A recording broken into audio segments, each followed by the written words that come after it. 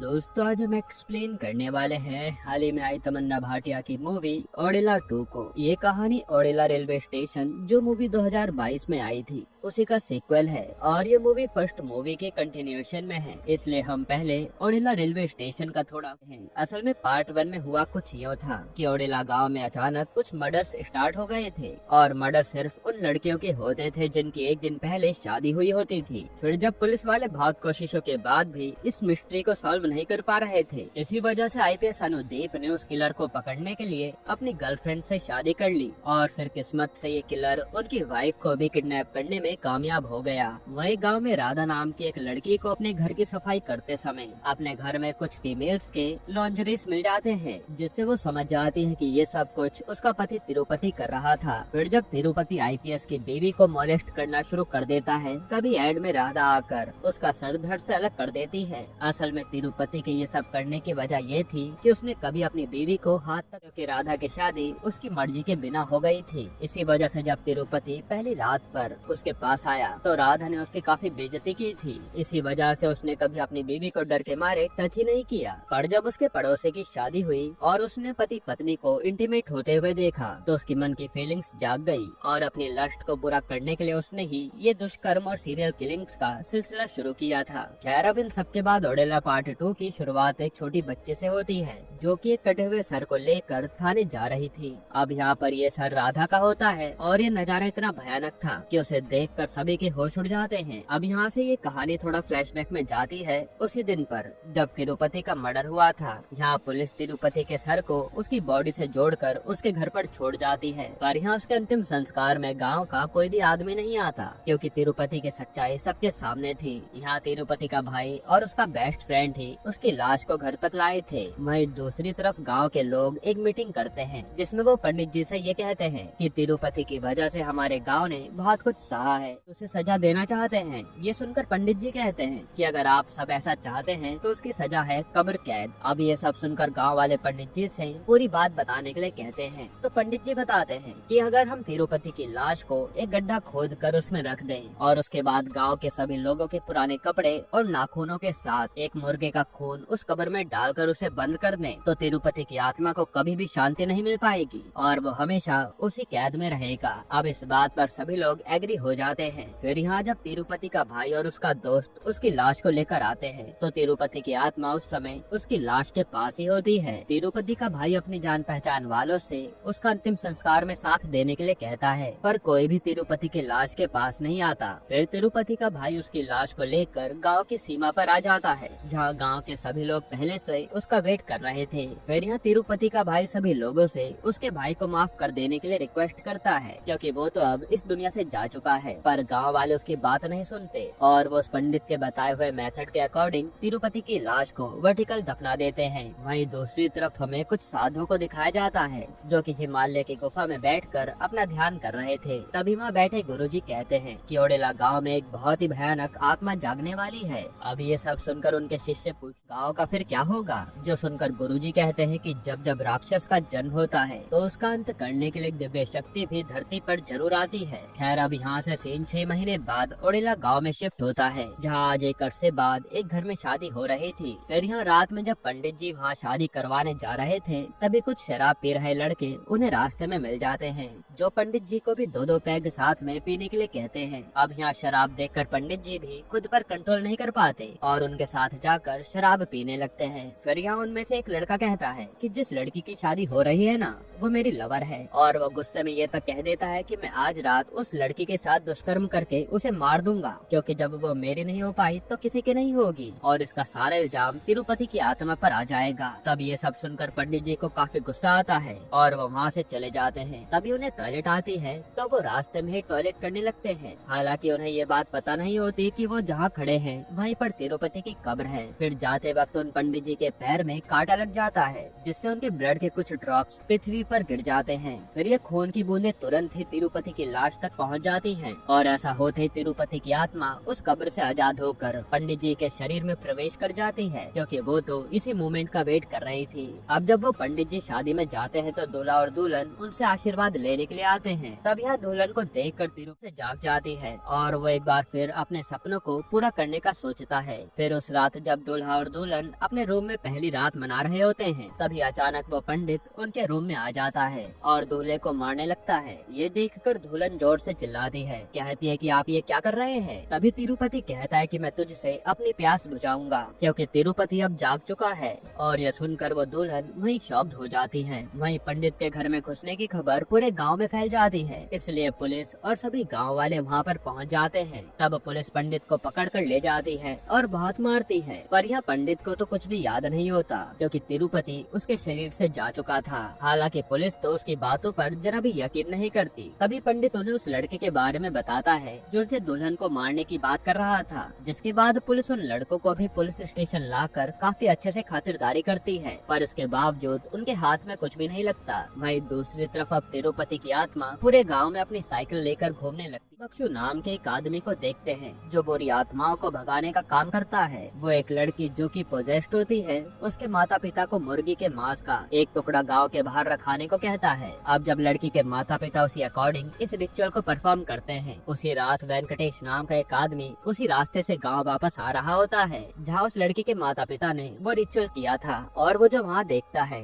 वो देखकर उसके होश उड़ जाते हैं। उसने देखा कि तिरुपति की आत्मा कब्र से निकलकर उस मांस के टुकड़े को खा रही है। फिर अगले दिन वो एक शॉप पे आकर इस इंसिडेंट के बारे में बताता है और उसकी बातों पर कोई भी यकीन नहीं करता सिवाय अल्लाह बख्शो के। तभी वहाँ एक आदमी आता है और अपनी बेटी की शादी का कार्ड देने लगता है, जिस पर अल्लाह बख्शो कहता है कि क्या आपको मालूम नहीं है कि इस गांव में क्या क्या हो रहा है। ये सुनकर वो आदमी कहता है कि अरे आप परेशान मत होइए, कुछ भी नहीं होगा। खैर अब इन सब के बाद उस लड़की की शादी का दिन भी आ जाता है। यहाँ शादी में गांव के सरपंच आकर 116 रुपए देते हैं, जिस पर उनकी और लड़की के पिता के बीच में थोड़ी लड़ाई हो जाती है। खैर अब शादी पूरी होने के बाद सभी घर जाने लगते हैं। तभी सरपंच रास्ते में टॉयलेट करने के लिए रुकता है और कोइंसिडेंटली वो भी तिरुपति की कब्र के ऊपर ही होता है। पर यह सरपंच को पता था कि वो तिरुपति की ही कब्र है, इसलिए वो उससे कहता है कि तिरुपति अगर आज तो जिंदा होता तो मेरी बेटी की भी हालत होती। तभी अचानक उस पंडित की तरह ही सरपंच के पैर में भी कांटा लग जाता है और उसके खून की बूंदे तिरुपति के कंकाल तक पहुँच जाती है। फिर क्या था, मौके का फायदा उठाते हुए तिरुपति सरपंच की बॉडी में घुस जाता है और नई दुल्हन के घर की तरफ चल देता है। पर यहाँ उस घर में उसे दुल्हन नहीं मिलती, क्योंकि उन लोगों ने उसकी फर्स्ट नाइट खेतों के बीच में रखी हुई थी। इधर दूल्हा दुल्हन एंजॉय कर रहे होते हैं, पर तभी सरपंच वहाँ भी आ जाता है और उस पूरे खेत को जला देता है। इसके बाद वो उस लड़के को मारकर उसकी दुल्हन के साथ बुरी तरह दुष्कर्म करके उसे भी मार देता है। फिर जब सुबह गाँव वाले ये नजारा देखते हैं तो उनके होश उड़ जाते हैं। इसके बाद अब सभी गाँव वाले सरपंच और उस पंडित को सभी के सामने लाकर बहुत मारते हैं। तभी अचानक अल्लाह बख्शी और वेंकटेश वहाँ आ जाते हैं और वो गांव वालों को समझाते हैं कि इसमें सरपंच और पंडित जी की कोई भी गलती नहीं है। अल्लाह बख्शो कहता है कि हम लोगों ने तिरुपति की कब्र बनाकर अपने लिए ही कब्र खोद ली है। इसके बाद वेंकटेश सभी गाँव वालों को कुछ वीडियो क्लिप्स दिखाता है, जिसमें उन्हें तिरुपति की साइकिल पूरे गाँव में घूमते हुए दिखाई देती है। अब ये सब देखकर सभी गाँव वाले एकदम से हैरान हो जाते हैं। इसके बाद अब तिरुपति के घर वाले उसकी कब्र के पास जाते हैं और उसकी पसंद का सारा सामान वहाँ रख देते हैं ताकि तिरुपति की आत्मा शांत हो जाए। फिर वो उसके लेकर घर चले आते हैं। तब उनके जाते ही तिरुपति की आत्मा अपनी कब्र से बाहर आकर वो सब कुछ खा लेती है। यहाँ सभी गांव वाले इस बात को लेकर लगभग मानने लगे थे कि तिरुपति की आत्मा सच में है। तभी उस गाँव में वहाँ का कमिश्नर आता है और वो अल्लाह बख्शो की बातों को फिजूल की बातें बताता है।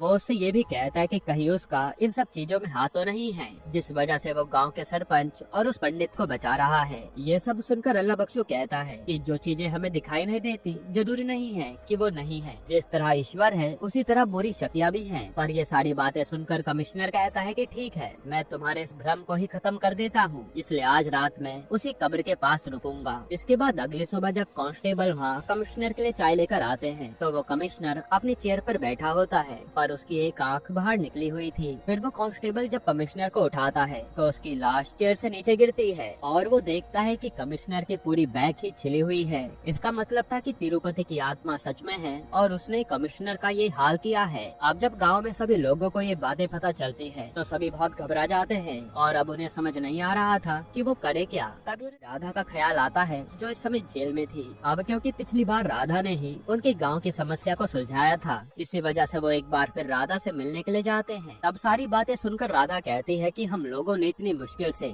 तिरुपति की समस्या को सुलझाया था और तुम लोगों ने फिर से उसे कब्र दंड देकर गाँव में वापस बुला लिया। तब गाँव वाले उससे समस्या का समाधान बताने के लिए कहते हैं। राधा उन्हें बताते है कि उसकी दादी एक बहुत बड़ी साधु थी और वो हमेशा अपने ध्यान में लीन रहती थी और राधा की बड़ी बहन भैरवी दादी से बहुत प्रभावित थी। इसी तरह से उसने दादी से एक रहस्य के बारे में जाना था। उसने जाना कि अगर कोई लड़की पीरियड स्टार्ट होने से लेकर उसके खत्म होने तक 108 बार रोज शिव जी का जाप करेगी तो उसे अनंत शक्तियाँ प्राप्त होंगी। और इसी तरह दादी के बाद भैरवी भी भगवान शिव की बड़ी भक्त बन गई। तो अब अगर उनकी कोई मदद कर सकता है तो वो बस भैरवी ही है। अब सवाल ये था कि भैरवी उन्हें कहाँ मिलेगी। ये सुनकर राधा उन्हें बताती है कि एक मंदिर है जहाँ अक्सर भैरवी उसके दादी की याद में आती रहती है। ये सुनकर सभी गांव वाले भैरवी से मदद मांगने के लिए उस मंदिर की तरफ जाने लगते हैं। फिर हम भैरवी से मिलते हैं जिसके पास बहुत सी शक्तियाँ थी। वो अपनी शक्तियों का इस्तेमाल लोगों की मदद के लिए। जब गाँव वाले उससे मिलते हैं तो वो उनकी मदद करने से मना कर देती है और कहती है कि ये सब उनके खुद के कर्मों का फल है। तिरुपति वाली मुसीबत को उन्होंने खुद ही बुलाया है तो अब उन्हें खुद ही उसे निपटाना होगा। तब यह गाँव वाले ये बात एक्सेप्ट करते हैं कि उनसे बहुत बड़ी गलती हो गई, इसलिए वो भैरवी से बार बार उनकी मदद करने के लिए कहते हैं क्योंकि उनके पास कोई और चारा नहीं था। तब भैरवी भी उनके साथ चलने के लिए मान जाती है। फिर यह भैरवी कंटिन्यूअसली अपने मंत्र का जाप करती रहती है और तिरुपति की कब्र के पास आती है। फिर थोड़ा जांच करके वो सभी गाँव वालों से कहती है कि हमें तिरुपति की आत्मा को कुछ समय के लिए यहीं बांधना होगा और उसके बाद उसका कपाट कर्म करना होगा। इसी तरह से उसे मुक्ति मिलेगी। जिसके बाद वो 4 नंदे की मूर्तियाँ और कुछ धागों से तिरुपति की कब्र के ऊपर एक चक्र बना देती है जिससे उसकी आत्मा वहाँ से बाहर ना निकल पाए। फिर वो सभी गांव वालों को बताती है कि ये चक्र इसी तरह से 15 दिन तक लगा रहेगा, लेकिन अगर किसी भी वजह से ये चक्र यहाँ से हटाया गया तो गांव में ऐसी प्रलय आएगी कि उसे कोई भी नहीं रोक पाएगा। ये सुनकर सभी गांव वाले डिसाइड करते हैं कि अब इस कब्र के पास सभी गांव वाले बारी बारी से पहरा देंगे। अब जब तक 15 दिन न हो जाए सभी गाँव वाले भैरवी को वहीं रुक जाने के लिए कहते हैं। वहीं गाँव में हर तरफ फैल चुकी थी, इसी वजह से कुछ मीडिया वाले वहाँ आ जाते हैं और रिपोर्टिंग करने लगते हैं। तभी अचानक उनका ड्रोन उस चक्र के ऊपर गिर जाता है और यहाँ जब वो रिपोर्टर अपने ड्रोन को लेने के लिए उस चक्र के पास जाता है तभी एक गांव वाला जो इस चक्र की रखवाली कर रहा था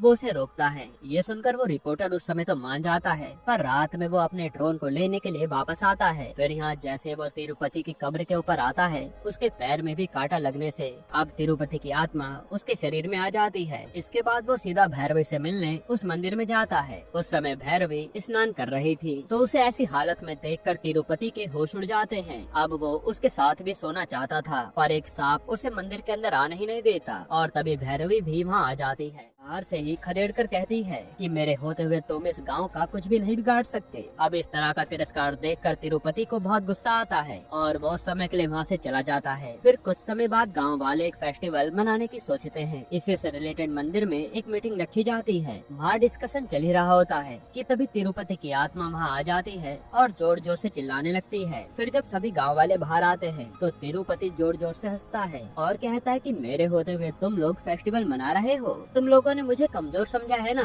अब मैं तुम्हें अपनी शक्ति से अवगत कराता हूँ। ये कहकर वो सभी को अपनी शक्तियाँ दिखाता है और अब वो सच में काफी ज्यादा पावरफुल हो गया था। सभी पंच महाभूत उसके कंट्रोल में थे, हवा, पानी, अग्नि, जल और पृथ्वी। उसे किसी का भी भय नहीं था। अब ये ताकत देखकर खुद भैरवी भी हैरान रह जाती है। असल में तिरुपति जब उस रिपोर्टर के शरीर में आया था तब उसने कुछ अघोरियों के पास जाकर कुछ तंत्र विद्याएं हासिल कर ली थी। इसी वजह से वो कुछ समय के लिए गायब हुआ था और अब वो काफी ज्यादा ताकत ताकतवर बन गया है। खैर फिर वो पूरे गांव के चारों तरफ एक रेखा खींच देता है जिसके पार ना तो कोई जा सकता है और न ही उस रेखा को पार करके कोई अंदर आ सकता है। इन सब के बाद अब गांव के सभी लोग बहुत ही ज्यादा घबरा जाते हैं। उन्हें समझ में नहीं आ रहा था कि आखिर वो अब करे क्या। हालांकि दोस्तों मैं आपको बताना भूल गया कि गांव वालों ने इसी बीच राधा को भी जेल से निकलवा लिया था। फिर इसके बाद हम देखते हैं कि एक आदमी की कोशिश करता है पर रेखा के पार करते ही उसका सर धड़ से अलग हो जाता है और ये देखकर तो सभी गांव वालों के होश उड़ जाते हैं। इन सब के बाद पूरे गांव में भुखमरी छा जाती है और सारी फसलें खराब हो जाती हैं। तभी एक दिन एक लड़के के माँ बाप भैरवे के पास आते हैं और बोलते हैं कि उनकी बेटी को अस्थमा का अटैक आया है और अगर वो उसे हॉस्पिटल नहीं ले गए तो वो मर जाएगी। पर हॉस्पिटल तो गांव के बाहर था। तब भैरवी एक प्लान बनाती है। वो राधा को शादी के गेटअप में तिरुपति के पास जाने के लिए कहती है ताकि वो उसे बिठा सके। उसके बाद वो खुद लाउड स्पीकर से मंदिर में जाकर जाप करने लगती है ताकि इस तरह कुछ वक्त के लिए तिरुपति की शक्तियाँ कमजोर हो जाएं और वो माता पिता उस बच्ची को लेकर गांव के उस पार जा सके। अब जब वो लोग इस प्लान को एग्जीक्यूट कर रहे होते हैं तभी अचानक गांव की लाइट कट हो जाती है और लाउड स्पीकर बंद हो जाता है। फिर तिरुपति को भी उन लोगों के प्लान के बारे में पता चल जाता है और वो गुस्से में आकर उसी छोटी बच्ची जो कि बीमार थी उसके शरीर में घुसकर राधा का सर काट कर चौकी में ले आता है। और यह वही सीन है जो हमने मूवी की शुरुआत में देखा था। अब तिरुपति का आतंक बढ़ता ही जा रहा था। ये देखकर भैरवी तिरुपति से ये सब बंद करके गांव वालों को माफ कर देने के लिए कहती है क्योंकि वो अब और ज्यादा सहन नहीं कर सकते थे। तब उसकी बात सुनकर तिरुपति भैरवी के सामने एक डेट रखता है। वो उससे इसके साथ एक रात सोने के लिए तैयार हो जाए तो वो ये सब बंद कर देगा।